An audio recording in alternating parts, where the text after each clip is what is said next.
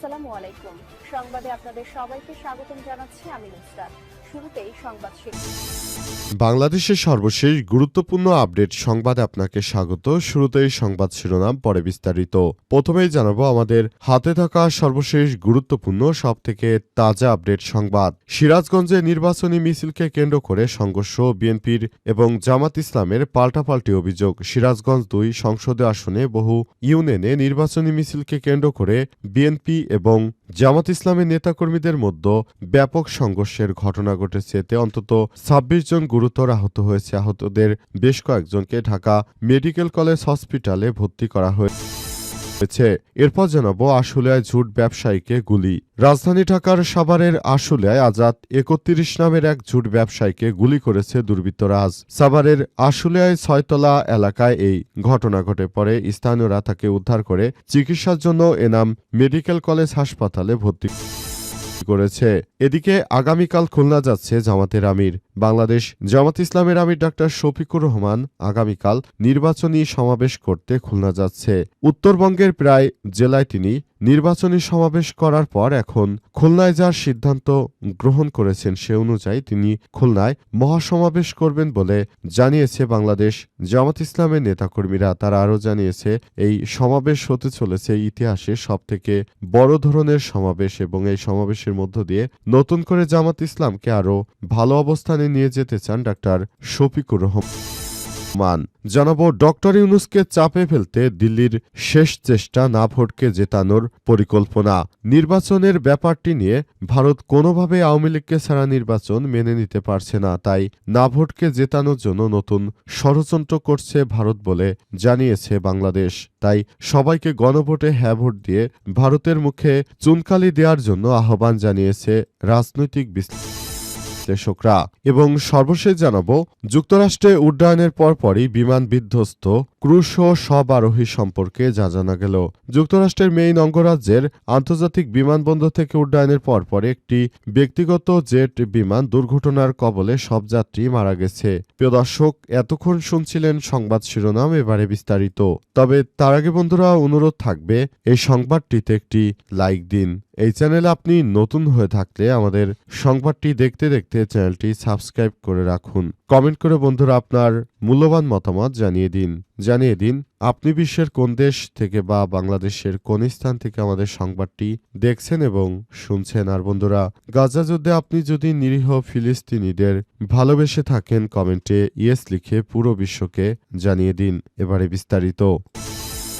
সিরাজগঞ্জে নির্বাচনী মিছিলকে কেন্দ্র করে সংঘর্ষ, বিএনপি জামাতের পাল্টাপাল্টি অভিযোগ। সিরাজগঞ্জ ২ আসনে সংসদীয় আসনে বহুদলীয় বহুলি ইউনিয়নে নির্বাচনী মিছিলকে কেন্দ্র করে বিএনপি জামাতের কর্মীদের মধ্যে ব্যাপক সংঘর্ষের ঘটনা ঘটেছে। এতে দুই পক্ষের অন্তত ২৬ জন আহত হয়েছে। আজ সন্ধ্যার পর এই ঘটনা ঘটেছে।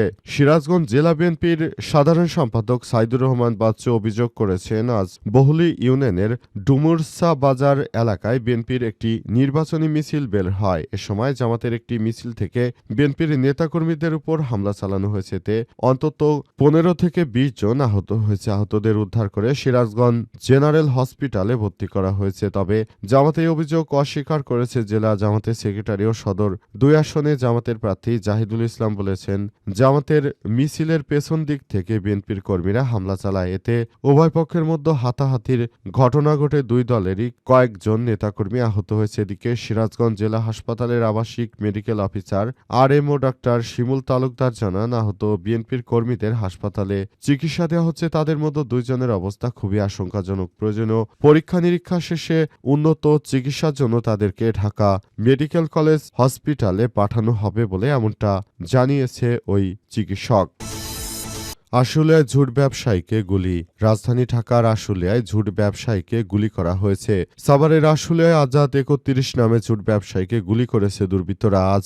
সাভারের আশুলিয়ায় ৬তলা এলাকায় এই ঘটনা ঘটে। পরে স্থানীয়রা তাকে উদ্ধার করে চিকিৎসার জন্য ঢামেকথার ঢাকা মেডিকেল কলেজ হসপিটালে ভর্তি করেছে। পুলিশ জানায়, আজাদ সাভারের আশুলিয়ার জামগড় এলাকায় ইউনূসের ছেলে। তিনি ঝুটের ব্যবসা করতেন। কে বা কারা তাকে গুলি করেছে বিষয়টি আমরা এখন পর্যন্ত নিশ্চিত হতে পারিনি। জানা গেছে তিনি এলাকায় অত্যন্ত গুরুত্বপূর্ণ এক ব্যক্তি হিসেবে দীর্ঘদিন ধরে কাজ করছেন। তবে এখন পর্যন্ত কোনো ব্যক্তিকে আটক করা যায়নি। তবে ধারণা করা হচ্ছে এই ধরনের ঘটনা যারা ঘটিয়েছে তারা মূলত কখনোই এদেশের ভালো চায় না।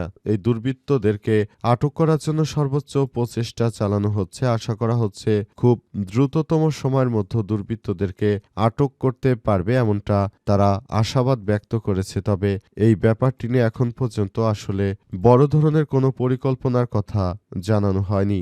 এই ধরনের ঝুট ব্যবসাকে কেন্দ্র করে অতীতেও বাংলাদেশ আওয়ামী লীগ সরকারের পতনের পর অনেক ঘটনা ঘটেছে। ঘটনাগুলো মূলত নতুন নয়। আগামীতে আরও নির্বাচনের পর এই ধরনের ঘটনা আরও বড় আকারে ঘটতে পারে এমন আশঙ্কা করা হচ্ছে। কারণ বিএনপির অনেক নেতাকর্মী আওয়ামী লীগের ব্যবসা প্রতিষ্ঠান দখলে এই ধরনের ঘটনা ঘটাচ্ছে বলে অনেকেই অভিযোগ করেছে। তবে তাদের অভিযোগ আদতে কতটা সত্য সেসব বিষয় তদন্ত সাপেক্ষে জানা যাবে বলে পুলিশের পক্ষ থেকে নিশ্চিত করা হয়েছে। যদিও বিএনপির নেতাকর্মীরাই ঘটনাগুলো ঘটাচ্ছে বেশিরভাগ জায়গায়, তবে এই ঘটনাটি বিএনপি ঘটিয়েছে কিনা সে বিষয়ে অধিকতর তদন্ত করা হচ্ছে এবং এসব বিষয় নিয়ে পরবর্তীতে জানানো যাবে বলে পুলিশের সদস্যরা নিশ্চিত করেছেন।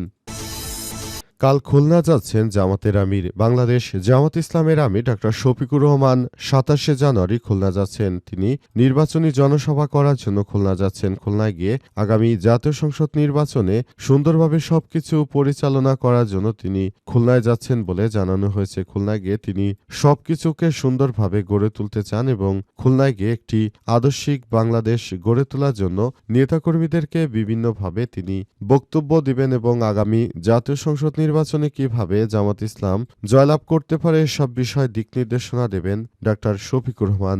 যদিও এর আগে তিনি পঞ্চগড় থেকে প্রথম তার নির্বাচনী জনসভা করেছিলেন এবং সেখান থেকে মূলত জামাত ইসলামের নেতাকর্মীরা আসলে অনেক বেশি উজ্জীবিত। তারা জেলায় জেলায় সভা সমাবেশ করছে। এর আগে তারা পাবনায় করেছিল, সেখানেও বিপুল সংখ্যক মানুষের উপস্থিতি দেখা গেছে। তারপর কুষ্টিয়ায় তারা সর্বশেষ নির্বাচনী সমাবেশ করেছে। এখন খুলনায় বড় ধরনের জমায়েত করার চেষ্টা চালাবে জামাত ইসলাম। আজ জামাত ইসলামের পক্ষ থেকে বিষয়টি নিশ্চিত করা হয়েছে যে আগামী ২৭ তারিখে বাংলাদেশ জামাত ইসলামের আমির ডা শফিকুর রহমান তিনি যাচ্ছেন এবং তিনি সবকিছু করার জন্য সর্বোচ্চ চেষ্টা করবেন বলে জানানো হয়েছে। অন্তর্বর্তীকালীন সরকারের প্রধান উপদেষ্টা যে সুষ্ঠু একটি নির্বাচন দিতে চান, সেই নির্বাচনটা সুন্দরভাবে করার জন্যই বাংলাদেশ জামাত ইসলামের নেতাকর্মীরা সর্বোচ্চ প্রচেষ্টা চালাচ্ছে এবং সে অনুযায়ী তারা এই নির্বাচনটা সুষ্ঠু সুন্দরভাবে করবে। সেজন্য বাংলাদেশের সমস্ত রাজনৈতিক দলগুলো তারা সর্বোচ্চ প্রচেষ্টা চালাচ্ছে যাতে করে দেশে একটি অবাধ, সুষ্ঠু, নিরপেক্ষ ও গ্রহণযোগ্য নির্বাচন করা যায়। সেই ব্যাপারটি আসলে করা হবে বলে জানানো হয়েছে। ডক্টর ইউনূসকে চাপে ফেলতে দিল্লির শেষ চেষ্টা, নাকে জেতাতে হবে। ত্রয়োদশ জাতীয় সংসদ নির্বাচনে বাংলাদেশের বিরুদ্ধে ব্যাপক প্রস্তুতি নিতে শুরু করেছে ভারত এবং হাসিনা। কারণ তারা না ভোটকে জয়যুক্ত করার জন্য ব্যাপকভাবে প্রচেষ্টা চালাচ্ছে বলে জানা গেছে। না ভোটকে জয়যুক্ত করার মধ্য দিয়ে তারা নতুন করে এক ধরনের প্রচেষ্টা চালাবে এবং অন্তর্বর্তীকালীন সরকারের প্রধান উপদেষ্টা প্রফেসর ড মোহাম্মদ ইউনূসকে বেকায়দায় ফেলতে তারা বড় ধরনের প্রচেষ্টা চালাবে এবং এই ধরনের প্রচেষ্টার মধ্য দিয়ে নতুন করে তারা নানাবিধ সমস্যা সৃষ্টির চেষ্টা করবে। ইতিমধ্যেই শেখ হাসিনার সঙ্গে সেভাবেই চুক্তি করেছে এবং এই চুক্তি অনুযায়ী তারা নতুন করে বাংলাদেশে এক ধরনের ষড়যন্ত্র করার চেষ্টা চালাচ্ছে বলে অভিযোগ পাওয়া গেছে এবং আদতে তারা এই প্রচেষ্টা সফল হতে পারবে কিনা সেটি দেখার বিষয়। আর বাংলাদেশের মানুষ যেন হ্যাতে ভোট দেয় সেজন্য সবাই অনেক বেশি প্রচারণা চালাচ্ছে অন্তর্বর্তীকালীন সরকারের প্রধান উপদেষ্টা। সরকার মনে করে এবার জাতীয় সংসদ নির্বাচনে হ্যাঁকে জয়যুক্ত করতে হবে এবং হ্যাঁ ভোটকে জয়যুক্ত করার মধ্য দিয়ে সরকার নতুন করে ভালো কোনো কিছু করতে চায়, সেই প্রচেষ্টা রয়েছে সরকারের এবং সরকার সে অনুযায়ী কাজ করছে।